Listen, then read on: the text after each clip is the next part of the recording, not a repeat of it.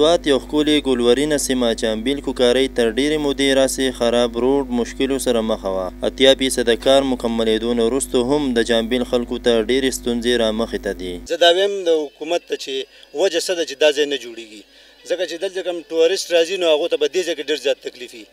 دغه ځای پکې د اوبو نالۍ هم راوتي دي او ډېر تکلیف دی خلکو ته. 2 کاله وشو چې دا روډ دغه شانته کې پروت دی. دا کلی چې څنګه شروع کېږي دی اول سر نه شروع شوی داخلي سره پورې. دا کم خلک چې د بهر نه راځي هغوی دا څنګه خلک دی دا روډ ولې داسې دی. روډ تیار دی لیکن ځای په ځای د خندقونو نه تنګ د علاقې خلک د روډ په ټیکهدار باندې تور لګوي او وایي سړک زموږ په دې وجه پاتې کېږي چې دې باندې د ټیکهدار توجه نشته.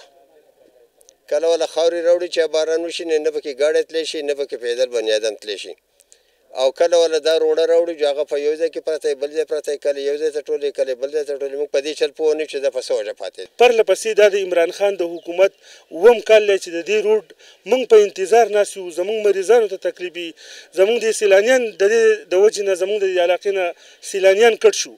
کم بهترینه خوبصورت علاقه چې الله تعالی موږ راکړې ده، خو موږ ډېر په عجزۍ باندې التجا کوو چې موږ هم د دې ملک خلک یو، موږ د بل علاقې نه یو. په اووم کاله 2 کیلومتر روډ موږ له ولې نه جوړېږي؟ نو انشاءالله تعالی د حکومت خو دا کوشش دی چې انشاءالله دا به جوړېږي او ډېر زر به جوړ شي. په دې کې یو څو مسایل دي. یو خو دا بازار دی، په دې بازار کې ځای په ځای دا ستنې ولاړې دي او دا کلوټې دي. نو انشاءالله تعالی بل ورځ هغه امتیاز هم راغلی او کسان راغلي چې دا به ډېر زر جوړېږي. خو د دې خلکو دا مسایل دي چې دلته دوکانونه دي پکې. ګرانو کتونکو د علاقې د خلکو خبرې تاسو واورېدې چې د جامبیل او کوکارۍ روډ نور مکمل شوی دی، خو کومه ټوټه چې پاتې ده نو په دې باندې کار نه دی شوی او د اعلی چارواکو نه دا غوښتنه ده چې په دې باندې د زر تر زره کار شروع کړی شي. د کیمرامین نومان سره فرهان مشال، پاسون نیوز، جامبیل سوات.